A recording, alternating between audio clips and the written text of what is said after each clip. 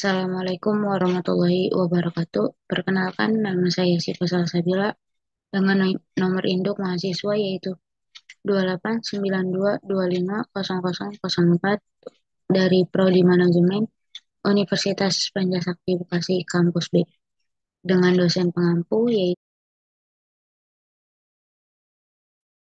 Ibu Merintan Berliana Simbolon.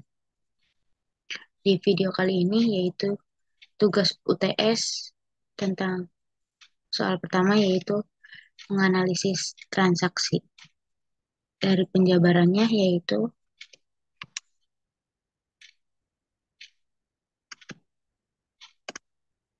menganalisis transaksi. Apa itu analisis transaksi?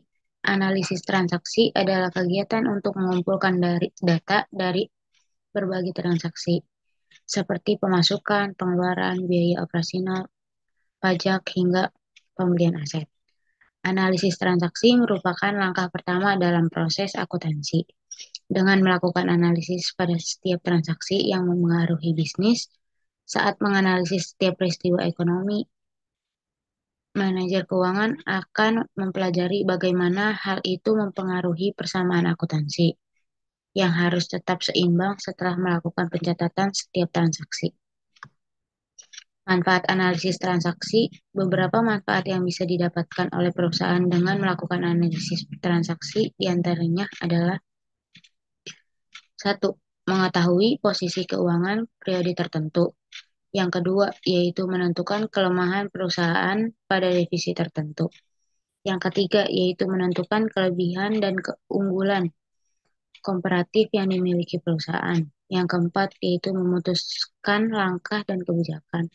Yang kelima, yaitu bahan evaluasi kinerja perusahaan.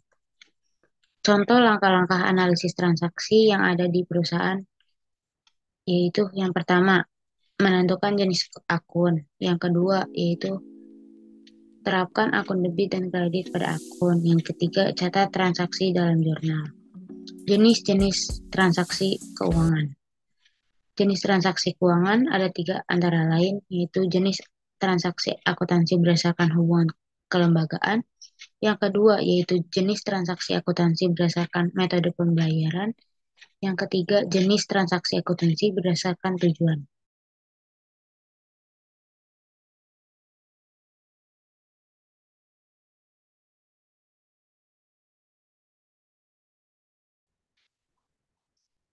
Selanjutnya yaitu perusahaan dagang.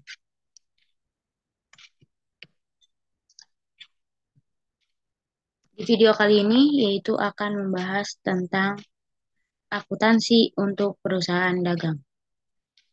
Perusahaan dagang adalah perusahaan yang bergerak dalam bidang perdagangan barang dan kegiatan utama adalah menjual barang. Selain itu, perusahaan dagang tidak menjalankan proses produksi dalam arti mengolah bahan baku menjadi produk jadi. Perusahaan tersebut terlebih dahulu membeli barang, kemudian memelihara persediaannya, lalu menjual kembali produk tersebut ke konsumen. Oleh karena itu, perusahaan ini hanya membeli barang, kemudian menjualnya kembali barang tersebut dengan harga yang lebih tinggi dari harga pembelian. Ciri-ciri perusahaan dagang ada 5, yaitu mempunyai kegiatan utama antara lain membeli, menjual, dan menyimpannya, kemudian menjualnya kembali. Yang kedua, tidak menjalankan proses produksi terhadap barang-barang yang dijual. Yang ketiga, barang yang dibeli langsung dijual kembali tanpa proses pengolahan atau perubahan sedikit pun. Yang keempat, yaitu perhitungan keuntungan didapatkan dari total hasil penjualan dikurangi biaya pembelian dan biaya operasional. Yang terakhir, yaitu kegiatan akuntansi berdasarkan dengan akun persediaannya. Yang selanjutnya, yaitu jenis perusahaan dagang. Terdapat 2 jenis berdasarkan produk, antara lain perusahaan dagang barang produksi atau mentah. Yang kedua, perusahaan dagang barang jadi.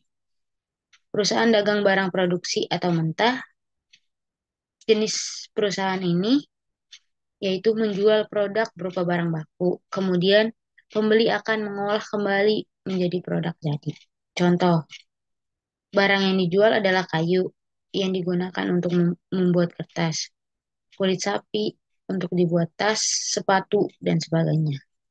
Yang kedua itu perusahaan dagang barang jadi. Selanjutnya, contoh perusahaan ini yaitu hanya menjual produk jadi atau siap pakai. Contohnya, baju, sepatu, tas, lemari es, dan sebagainya. Barang-barang jenis ini dijual oleh perusahaan kepada konsumennya yang memerlukan produk tersebut. Selanjutnya, jenis perusahaan dagang. Ada 3 jenis berdasarkan konsumen. Yang pertama, perusahaan dagang besar. Yang kedua, perusahaan dagang perantara. Yang ketiga, perusahaan dagang trial dan pengecer. Yang pertama, perusahaan jenis itu membeli produk langsung dari pabrik dalam jumlah atau kuantitas besar dan menjual dalam jumlah besar. Umumnya, perusahaan ini memerlukan modal yang tidak sedikit dan perlu ada manajemen khusus untuk menjalankan aktivitasnya. Penjelasan yang kedua, perusahaan dagang perantara, yaitu perusahaan yang membeli produk dengan skala besar, kemudian dijual kembali ke pasaran perusahaan jumlahnya sedang. Untuk modal yang dibutuhkan tidak terlalu besar, tetapi tetap konsisten karena penjualannya stabil. Yang ketiga, perusahaan dagang trial atau pengecer. Jenis perusahaan ini perusahaan langsung berhubungan dengan konsumen. Artinya adalah perusahaan trial membeli barang dalam jumlah besar, kemudian menjual secara satuan atau eceran. Contohnya adalah minimarket. Kegiatan utama perusahaan dagang. Pembelian yaitu kegiatan perusahaan yang termasuk pembelian peralatan dan perlengkapan perusahaan, pembelian barang, dagang, dan pembelian barang lainnya dengan mengunjungi aktivitas bisnis. Yang kedua, pengeluaran biaya yaitu aktivitas perusahaan dalam mengeluarkan biaya untuk membeli barang, membayar pajak, dan menunjang operasional perusahaan. Yang ketiga, penjualan merupakan kegiatan perusahaan menjual barang untuk mendapatkan profit. Yang keempat, yaitu menerima profit merupakan penerimaan keuntungan dari hasil penjualan barang. Umumnya, penerimaan keuntungan dari penjualan barang dibarengi dengan penerimaan yang didapati dari pelunasan pihak lain. Akuntansi perusahaan dagang adalah proses pencatatan maupun prosedur akuntansi perusahaan dagang. Untuk mengetahui perkembangan penjualan trade company menjalankan aktivitas akuntansi dalam laporan keuangan perusahaan. Terdapat beberapa akun dalam laporan antara lain akun persediaan barang, yaitu akun penjualan. Akun pembelian yaitu akun potongan penjualan, akun potongan pembelian yaitu akun retur penjualan, akun retur yaitu akun beban angkut penjualan, akun beban angkut pembelian. Contoh perusahaan dagang. Berikut ini ada beberapa salah satu contoh perusahaan dagang antara lain PT Indomarko Prismatama sebagai pemilik Indomaret, PT Alvaria Trijaya selaku pemilik Alfamaret, dan selanjutnya yaitu PT Transmart. Dan masih ada contoh.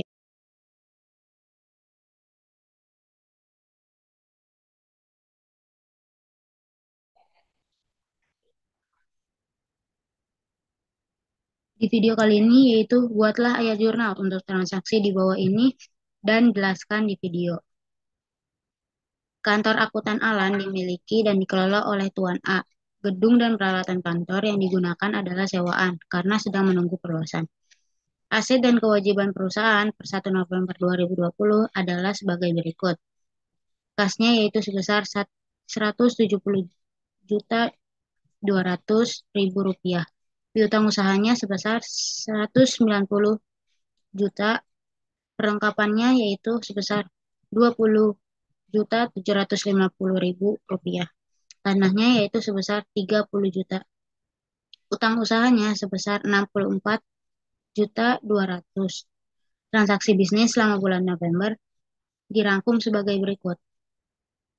Jadi, jurnalnya pada tanggal 1 November itu kas sebesar 170.200.000 yaitu masuk, dan modal modal yang ada di perusahaan yaitu sebesar 170 170.200.000 rupiah, dan piutang usahanya sebesar uang yang keluarnya sebesar 190 juta, dan kasnya sebesar yang masuknya itu 190 juta. Perlengkapan sebesar 20.750 uang masuk, dan modalnya yaitu sebesar 20.750. Tanah sebesar 30 juta yaitu uang masuk, dan kasnya sebesar 30 juta sebagai uang yang keluar dari kas tersebut. Utang usaha sebesar 64.200 dan kasnya sebesar 64.200. Pada tanggal 2 November, Tuan A menambah investasi di perusahaan dengan setoran tambahan kas sebesar 150 juta dan kendaraan senilai sebesar 75 juta. Jadi pada tanggal 2, kas yang masuk sebesar 150 dan perlengkapannya sebesar 75 juta. Jadi modalnya yang dikeluarkan yaitu 225 juta. Pada tanggal 5 yaitu membeli tanah untuk digunakan sebagai area parkir dengan membayar tunai sebesar 45 juta. Jadi uang perusahaan dipakai lagi sebesar 45 juta. Pada tanggal 7 yaitu membayar sewa tempat untuk 4 bulan sebesar 40 juta. Jadi uang perusahaan dipakai untuk sewa dibayar di muka per 1 bulannya itu 10 juta.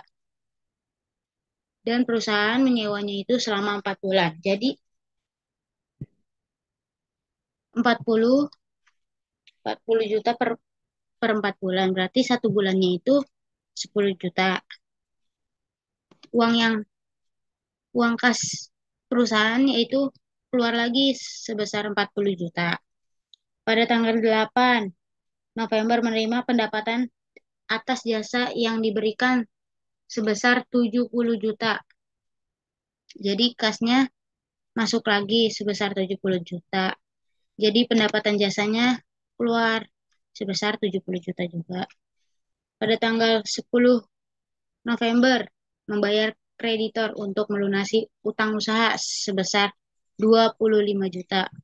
Berarti utang usahanya keluar sebesar 25 juta dan kas yang masuk yaitu sebesar 25 juta. Pada tanggal 11 membeli perlengkapan secara kredit sebesar 8.200.000. Berarti kas perusahaan yang masuk yaitu sebesar 8.200.000 dan bertambah lagi piutang usahanya sebesar 8.200.000. Pada tanggal 12 piutang usaha yaitu 12 12 November menerima pendapatan atas jasa audit dan dicatat sebagai piutang usaha sebesar 155 juta. Piutang usahanya yang masuk sebesar 155 dan pendapatan jasanya sebesar 155 juta. Pada tanggal 15 menerima kas atas piutang dari pelanggan sebesar 200 juta.